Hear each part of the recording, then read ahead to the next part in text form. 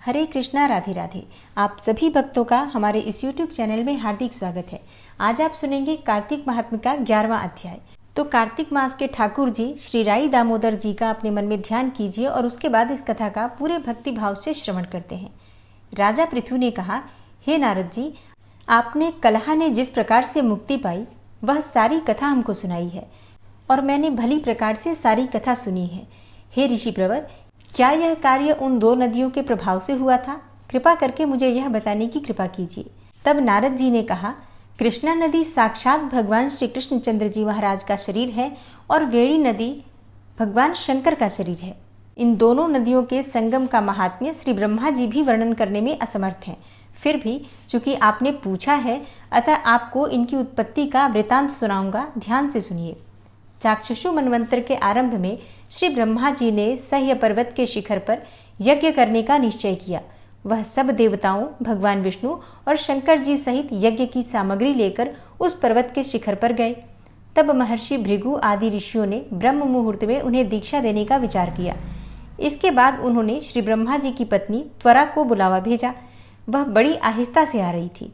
इसी बीच में भृगु जी ने विष्णु जी से पूछा, हे प्रभु, आपने त्वरा को शीघ्रता से बुलाया था, वह क्यों नहीं आई? अब तो ब्रह्म मुहूर्त भी टल गया। इस पर भगवान विष्णु ने कहा, यदि त्वरा यथा समय यहाँ पर नहीं आई तो आप गायत्री को ही स्त्री मानकर दीक्षा विधान कर दीजिएगा। क्या गायत्री पुण्य कर्म में ब्रह्मा जी की स्त्री नहीं हो सकती? और तब भगवान शंकर ने भी भगवान विष्णु जी की बात का समर्थन किया। यह बात सुनकर भृगु जी ने गायत्री को श्री ब्रह्मा जी के दाईं ओर बिठाकर दीक्षा विधान आरंभ कर दिया। ऋषि मंडल गायत्री को दीक्षा दे ही रहा था कि इतने में ही त्वरा भी यज्ञ मंडप में आ पहुंची। श्री ब्रह्मा जी के पास में गायत्री को बैठा देखकर ईर्ष्या से क्रोधित होकर त्वरा ने कहा, जहां अपूज्यों की पूजा होती है और पूज्यों की अप्रतिष्ठा होती है, वहां पर दुर्भिक्ष, मृत्यु तथा भय तीनों अवश्यमेव हुआ करते हैं। यह गायत्री ब्रह्मा जी की दाईं ओर तथा मेरे स्थान पर बैठी है। यह अदृश्य बहने वाली नदी होगी।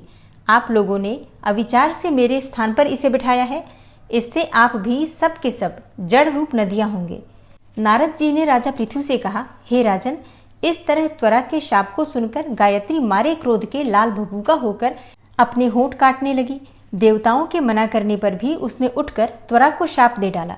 गायत्री ने कहा, ब्रह्मा जी जैसे तुम्हारे पति हैं वैसे ही मेरे भी पति हैं। तुमने व्यर्थ ही शाप दिया है, अतः तुम भी नदी हो जाओ। तब तो देवताओं में भी खलबली सी मच गई। वह त्वरा को दंडवत करके कहने लगे, हे देवी, तुमने जो ब्रह्मा आदि सब देवताओं को शाप दिया है, इससे यदि हम सब जड़ रूपी नदियां हो जाएंगे तो फिर निश्चय ही तीनों लोक नहीं बच पाएंगे, क्योंकि यह शाप तुमने बिना विचारे दिया, इसलिए तुम अब इसे वापस ले लो। त्वरा ने कहा, हे देवतागण, आपने यज्ञ के आरंभ में भगवान गणेश जी का पूजन नहीं किया है, इसलिए ही यह विघ्न उपस्थित हुआ है। मेरा यह शाप कभी भी खाली नहीं जा सकता। इसलिए आप सब अपने अंगों से जड़ीभूत होकर अवश्यमेव नदियां बनोगे और हम दोनों सौतें भी अपने अपने अंशों से पश्चिम से बहने वाली नदियां बनेंगी। नारद जी ने राजा पृथु से कहा, त्वरा के यह वचन सुनकर सभी देवता, विष्णु, शंकर आदि अपने अपने अंशों से नदियां बन गए। भगवान विष्णु के अंश से कृष्णा, भगवान शंकर के अंश से वेणी तथा श्री ब्रह्मा जी के अंश से ककुदमवती नामक नदियां उत्पन्न हुई। गायत्री और त्वरा दोनों पश्चिम वाहिनी नदियां होकर एक साथ बहने लगी। उन दोनों का नाम सावित्री पड़ा। श्री ब्रह्मा जी ने यज्ञ स्थल पर भगवान विष्णु और शंकर जी की स्थापना की। दोनों देवता महाबल तथा अतिबल के नाम से विख्यात हुए। नारद जी ने कहा, हे राजन, कृष्णा और वेणी नदी की उत्पत्ति का यह वर्णन जो मनुष्य सुनेगा उसे नदियों के दर्शन और स्नान का फल प्राप्त होगा। प्रेम से बोलिए, कार्तिक के ठाकुर जी की जय, राई दामोदर की जय। जय जय श्री कृष्णा, जय श्री राधे। और आइए सुनते हैं कार्तिक मास में सुनी जाने वाली गंगा जमुना की कथा। एक गंगा थी, एक जमुना थी।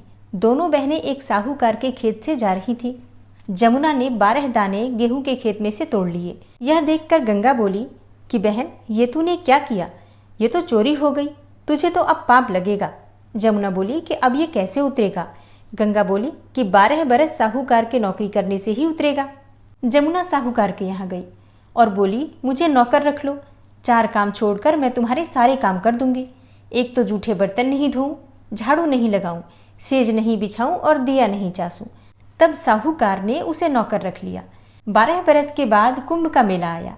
साहूकार और साहूकारनी मेले में जाने लगे तो जमुना ने उन्हें एक सोने का टका दिया और बोली कि वहां मेरी बहन गंगा है, उसको यह टका दे देना, कह देना कि बहन जमुना ने भेजा है। तो वह हाथ पसार कर गोरी गोरी बइयों से हरी हरी चूड़ियां पहनकर ले लेगी। साहूकार साहूकारनी वहां जाकर जब सोने का टका देने लगे तो गंगा ने हरी हरी चूड़ियां गोरी गोरी बइयां हाथ पसार कर टका लिया और बोली, मेरी बहन जमुना से कह देना कि अब तेरे 12 बरस पूरे हो गए, अब आ जाएगी। साहूकार साहूकारनी घर आए और जमुना से बोले कि तेरी बहन बोली कि तेरे 12 बरस पूरे हो गए हैं, तू अब आ जा। यह सुनते ही जमुना सहस्त्रधारा होकर बहने लगी। साहूकार साहूकारनी को जब यह पता चला कि जमुना माता हमारे घर के सारे काम करती थी तो मूंदे माथे पड़ गए और सोचने लगे कि अब हमारा पाप कैसे उतरेगा।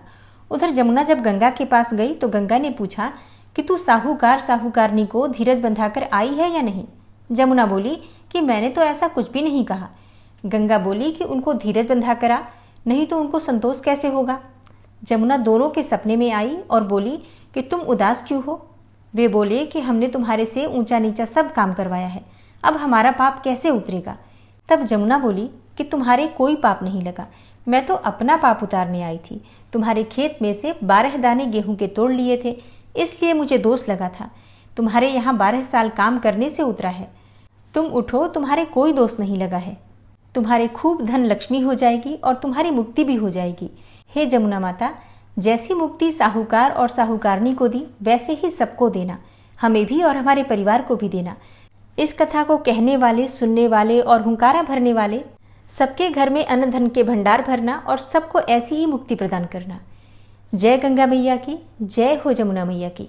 कार्तिक मास की आज की कथा समाप्त हुई। इसके आगे के अध्याय आप कल की कथा में सुनेंगे और उम्मीद करती हूँ कि कल की कथा भी आप ज़रूर सुनेंगे। और वीडियो अगर आपको अच्छी लगती है तो वीडियो को लाइक ज़रूर किया करिए और इसके साथ ही इस वीडियो को ज़्यादा से ज़्यादा वैष्णव भक्तों तक शेयर भी कीजिए।